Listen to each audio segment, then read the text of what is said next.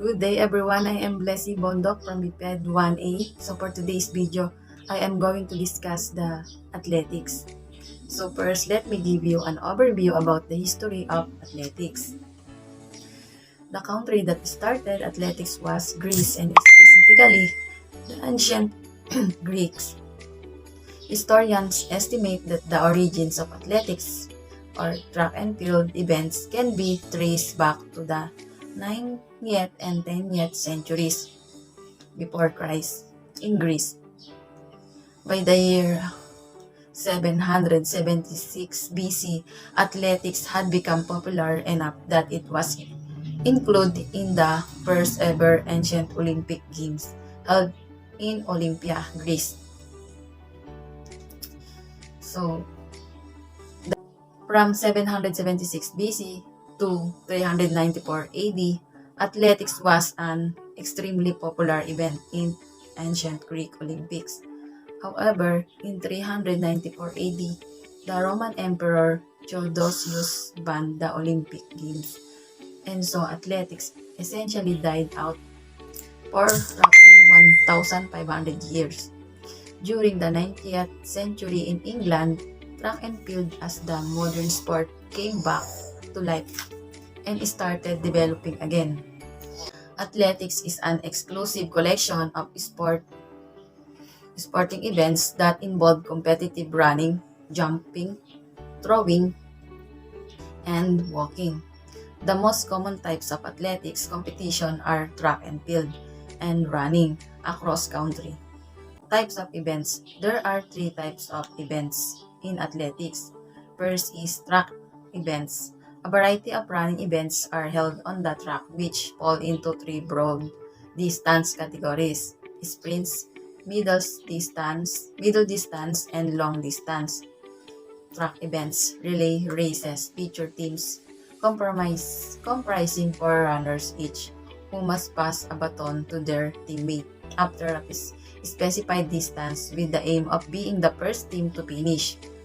Hurdling events and the steeplechase are variation upon the flat running team in that athletes must clear obstacles on the track during the race. Next, field events. The field events come into two types: jumping and throwing competitions. In throwing events, athletes must measure by how far they hurl and implement, with the common events being the shot put, discus, javelin, and hammer throw. These are four common jumping events. The long jump and triple jump are contests measuring the horizontal distance an athlete can jump, while high jump and pole vault are decided on the height achieved. Combined events, which include the decathlon, typically compete by men, and heptathlon, typically compete by women, are competitions where athletes compete in a number of different track and field events, with each performance going toward a final points tally, as mentioned in the book Essential Track and Field Skills and Drills, available on trackpracticeplans.com. Sprint drills. This type of drills help athletes accelerate faster, increasing their speed as well as helping them learn to maintain their top speed within a longer range of time. And middle distance drills. These drills help athletes, specifically runners, to gain the strength, speed, and endurance they need to become better even in challenging moments within a competition. Long distance drills. These drills are particularly practiced within 3,000 to 5,000 meters, which will surely help athletes generate their personal best at the right time. Sprint relay drills. These drills help athletes improve into a confident and quickly efficient sprint relay team. High jump drills. These drills help athletes having strength and power at their maximum level, especially desired for high jumpers. Long jump drills. These drills are of course designed to help athletes gain the fundamental skills needed for long jumping. Triple jump drills. These drills give athletes the chance and opportunity to set their new personal best, which will eventually become higher and higher over time. Pole vault drills. These drills are of course designed for vaulters, and these will train athletes in clearing heights with all best they could. Javelin drills. As what the name suggests, these drills meanwhile help athletes improve their skills in throwing javelin, helping them improve and get further throws. Discus drills. These drills help athletes in mastering throwing skills as they gain more power every throw. Athlete skills used in the workforce. Additionally, Ivy Tseng, 2018 of Medium.com, explicated in her article entitled 9 Skills Athletes Can Put to Use in the Workforce. The essential skills athletes gradually cultivate during the process which further help them succeed in the sport. These skills can also actually help them in normal workplace, and readers might feel that these skills are really needed by every athlete. Dedication. Athletes should be determined and must dedicate a huge amount of energy and time in order to succeed in the field of athletics. Besides, it is their passion, so it would not be hard for the athletes to become dedicated. Communication. Some events in athletics are also team sports, so athletes should become really effective in expressing themselves even in individual competition. Athletes definitely need this skill for them to be able to communicate successfully with their coaches and trainers. Perseverance. As destined perseverance is the ability of individual to patient despite all odds. Athletes' patience is continuously being tested whether during training or competition. Hence, every athlete must have the value of perseverance in order to maintain patience and calmness as they enjoy every moment in spite stressful things. Discipline. This might be one of the most self-explanatory skills. Indeed, athletes must properly train themselves to have discipline because if they would not have, they would fail in this career. Teamwork. As mentioned after sports in athletics are team sports, so athletes must realize the value of teamwork. A team wins out of the contribution of every member, not by solely the leader or the rest of the members. Leadership.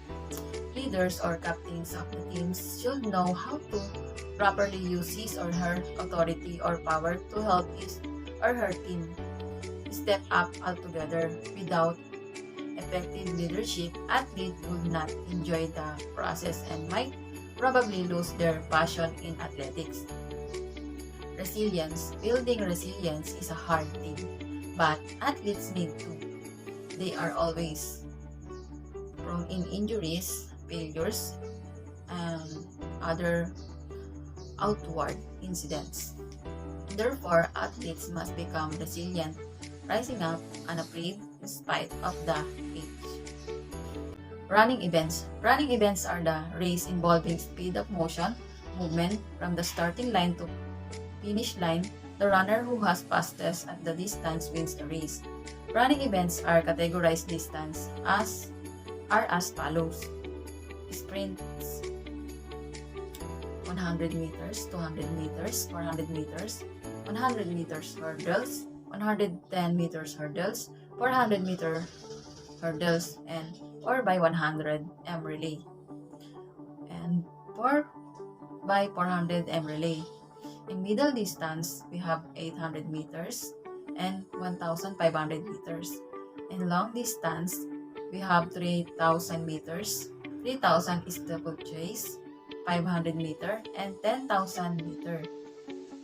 and 15-kilometer up optional distance, and 42,195-kilometer marathon. Running events, rules, and regulations.